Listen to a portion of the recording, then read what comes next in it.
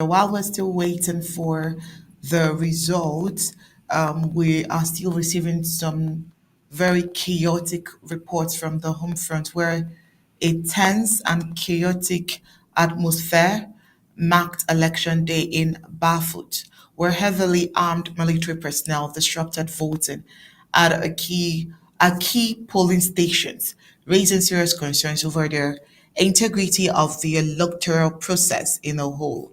We got reports that Bafut was ghosted on the so-called election day.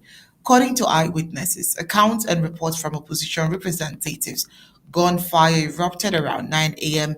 at the polling stations located at GNS Yarty, some areas in Bamenda, and where barely 10 voters had cast their ballots. Witnesses say French Cameroon military forces stormed their polling center, ordering all individuals, including elections officials from Elikem and political party observers, to vacate the premises and relocate to the nearby Gendarmerie Brigade less than 100 meters away.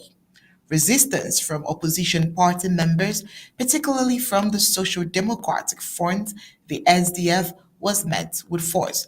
When the SDF representatives tried to resist leaving, they were forced at gunpoint to leave. One observer stated that the displaced officials were detained at the brigade until around 12:45 p.m.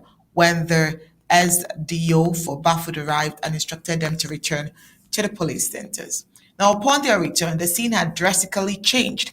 Ballot boxes, previously near empty, were now heavily packed with voting slips.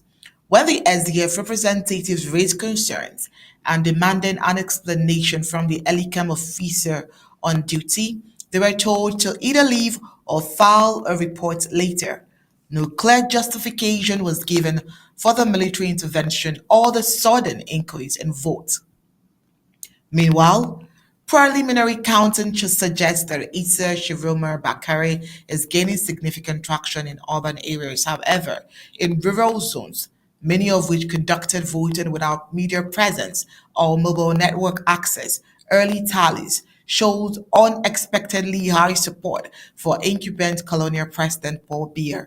These areas, long considered strongholds of the ruling Cameroon's People's Democratic Movement, have been under scrutiny following reports of voter manipulation and coercion.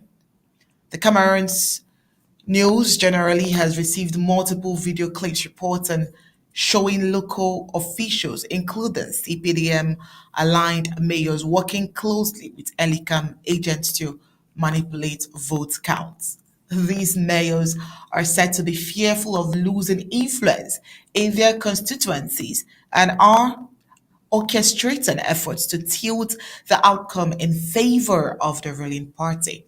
Meanwhile, much of Bafut and other surrounding communities remained early quiet throughout the day, and even today, large sections of the population, particularly those sympathetic to the Amazonian movement, stayed away from the polls entirely, anticipating violence and electoral fraud. Their absence was not merely symbolic, but also reflective of the deep distrust in state institutions and the ongoing Amazonian war, which has disrupted life and democratic process in the Cameroons and, of course, in Amazonia in general for years.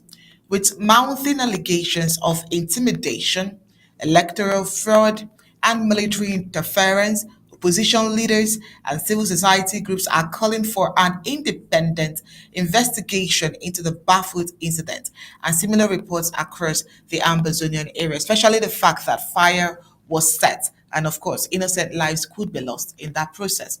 The legitimacy of the election hangs in the balance as the country awaits official results amidst all of these tensions. We also got reports of ballot boxes being stolen even by women and all sorts of electoral fraud being seen.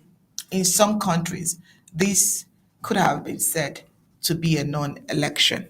But like Barrister would say, Amazonians are not even interested. It's just that they sympathize with the neighboring country.